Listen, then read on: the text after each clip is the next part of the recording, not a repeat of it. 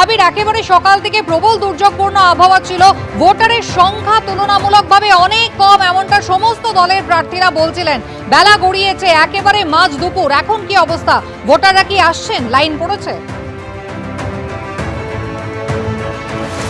দেখো, ছবিটা সকালের থেকে দুপুরে খুব একটা বেশি বদলায়নি। অন্তত যে লাইন আমরা দেখি সেই লাইনের নিরিখে অন্যান্যবার ভোটের মতন কিন্তু এবার লাইন দেখা যাচ্ছে না। এক তো উপনির্বাচন, দ্বিতীয় হচ্ছে এই যে দুর্যোগ, তার কারণ হচ্ছে সকাল থেকে আকাশের মুখ ভার, টানা বৃষ্টি পড়ছে, মাঝে মাঝে বৃষ্টি কমলেও তা খুব কম সময়ের জন্য। তাই বুথে বুথে প্রচুর মানুষের যে লাইন বা ঢল দেখা যায় সেটা কিন্তু প্রায় নেই বললেই চলে। কিছু কিছু ক্ষেত্রে যদিও ব্যতিক্রম রয়েছে।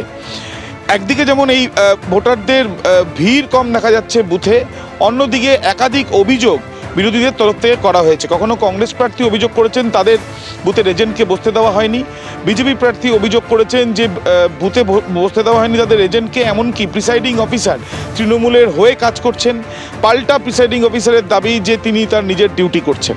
যদিও পরে যে বুথেই ঘটনা, সেই বুথে আবারও তাদের যে এজেন্ট তাকে সেখানে গিয়ে বসানো হয়।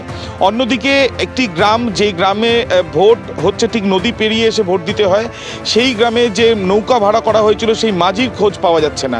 এই ক্ষেত্রেও চক্রান্তই দেখছে বিজেপি প্রার্থী।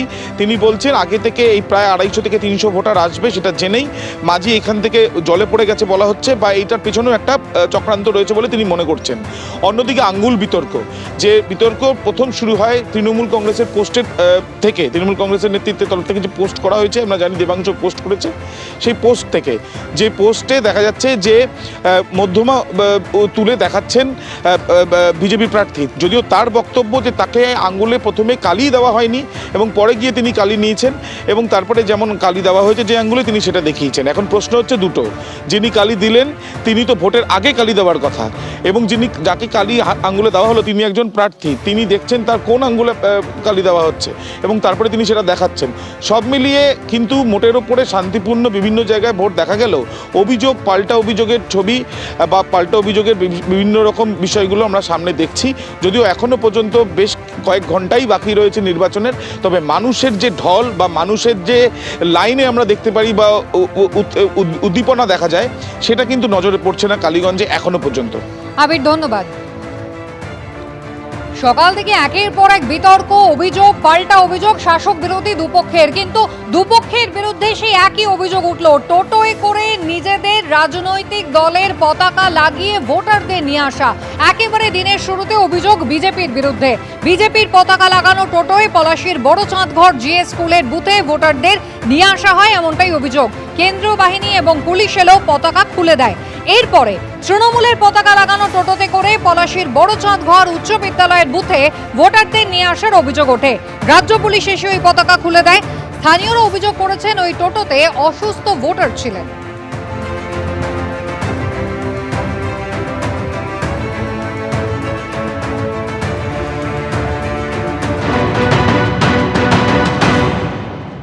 বড়চাঁদঘর উচ্চ বিদ্যালয়, সেখানে তৃণমূলের পতাকা নিয়ে একটি টোটো ঢুকেছিল এবং আমরা দেখতে পাচ্ছি যে পুলিশ প্রশাসনের তরফ থেকে এই টোটোটিকে আটকানো হয়েছে এবং এই যে পতাকা, সেই পতাকা কিন্তু খুলিয়ে দেওয়া হচ্ছে। আমরা দেখছি যে একজন অসুস্থ মানুষকে নিয়ে ঢুকেছেন।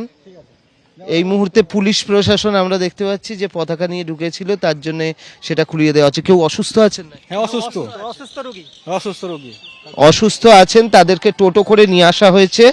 তবে যেহেতু তাতে তৃণমূলের পতাকা ছিল, তার জন্য পুলিশ প্রশাসন থেকে বলা হয়েছে এবং সেই পতাকা কিন্তু এই মুহূর্তে খুলে নেওয়া হয়েছে। খুলে নেওয়ার পরে আমরা দেখতে পাচ্ছি সেই টোটো ভেতরে ঢুকতে দেওয়া হয়েছে। ক্যামেরায় সন্দীপ সাধুকার সঙ্গে অর্ণব মুখোপাধ্যায়, এবিপি আনন্দ, পলাশী।